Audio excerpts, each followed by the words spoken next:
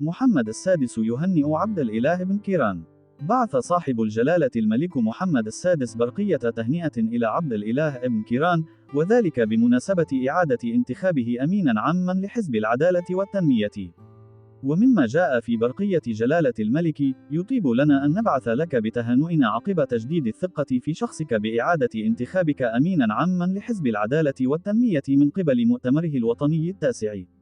وقال جلالته: وإننا لنعرب لك عن أصدق متمنياتنا بكامل التوفيق في مواصلة مهامك القيادية الحزبية، بما يعزز حضور حزبكم في الساحة السياسية الوطنية وإسهامه الفاعل، إلى جانب باقي الأحزاب والهيئات السياسية الموقرة، بالجدية وروح المسؤولية في تأطير المواطنات والمواطنين خدمة للصالح العام، ومواكبة مسيرة التنمية الشاملة التي نقودها للارتقاء ببلادنا في مدارج الحداثة والتقدم والازدهار.